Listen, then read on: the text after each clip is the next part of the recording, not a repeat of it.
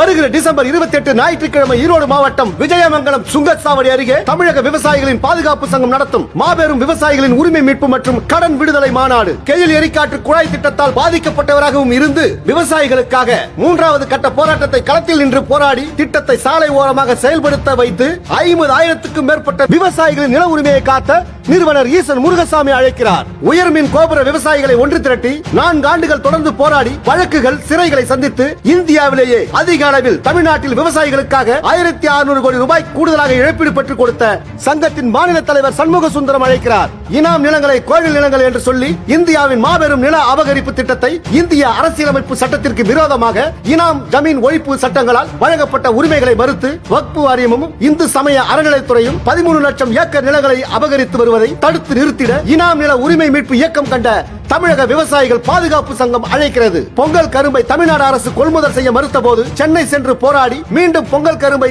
தமிழ்நாடு அரசை கொள்முதல் செய்ய வைத்த சங்கத்தின் பொதுச் செயலாளர் முத்து விஸ்வநாதன் அழைக்கிறார். சேலம் நாமக்கல் மாவட்டங்களில் 81,000 விவசாயிகளுக்கு கூட்டுறவு பயிர்க்கடன் தள்ளுபடி மறுக்கப்பட்ட போது 3 மாதங்கள் தொடர்ந்து போராடி பெற்றுக் கொடுத்ததோடு தமிழ்நாடு அரசு விவசாயிகளுக்கு பயிர்க்கடன் கொடுப்பதற்காக சிவில் ரிப்போர்ட் பார்க்கப்படும் என்கிற உத்தரவை எதிர்த்து போராடி ரத்து செய்ய வைத்த சங்கம் பால் விவசாயிகளுக்காக உற்பத்தி மானியம் வேண்டும் என்கிற கோரிக்கைக்காக போராடி ஆவின் விவசாயிகளுக்கு லிட்டருக்கு 3 ரூபாய் உற்பத்தி மானியம் பெற்றுக் கொடுத்த தமிழக விவசாயிகள் பாதுகாப்பு சங்கம் அழைக்கிறது. ஜாதி மதம் அரசியல் கட்சிகளை கடந்து பச்சை துண்டோடு விவசாயிகளாக குடும்பத்துடன் வாருங்கள், கடன் தள்ளுபடி பெறுவோம், ஒவ்வொரு ஏக்கருக்கும் ஆண்டுதோறும் ரூபாய் 30,000 உற்பத்தி மானியம் பெறுவோம், உரிமைகளை மீட்போம், வாரீர் வாரீர், குடும்பத்துடன் வாரீர்.